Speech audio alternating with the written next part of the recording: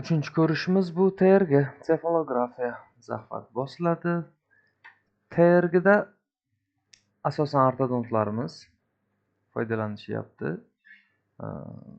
Qanday? Ensa sohasi sizga kerak bo'lmasa, lateral yo'nalish, full lateral bor и lateral. Lateralni aytib qo'yishingiz kerak, stasingiz biz o'ng tarafga, stasingiz chap tarafga qaratib bera olamiz.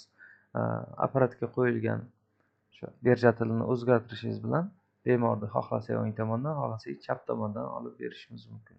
Sizga TRG o'qishda, ortodontik hisoblashda qaysi taraf qulay bo'lsa, buni flyerga bemalol yozib qo'yishingiz mumkin. Almashtirib bera olamiz. Menimcha full qilganimiz yaxshiroq. Bu ko'rinish bosh suyakni to'liq old tarafdan chiqarib beradi. Mana bu holatni tavsiya qilaman. Shubha bo'lganda sialadinit, sialadaxnit bor edi.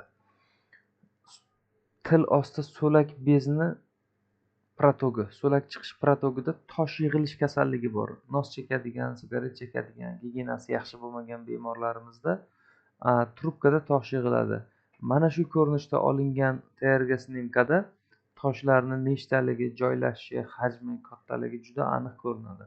Xohlasangiz biz o'lchab, razmerlari bilan skrinshot qilib sizga chiqarib berishimiz mumkin.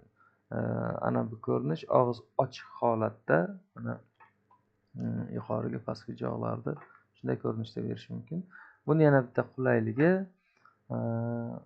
yosh bolalarda bo'y o'sish holatini yana o'sish mumkin emasligini o'rtadagi tog'aydi holatiga qarab turib tekshirib berish mumkin. Bu moslama ham bizda bor. Bevosita sefalometriya olinadigan apparatimizning qismida ana bunday qilib qo'l kafti uchun o'zini moslamasi bor. Bu bilan biz yosh bolalarda ortoped vrachlarimiz uchun qo'l kaft suyaklarini ana shunday kачествоda, tiniqlikda chiqarib berishimiz mumkin.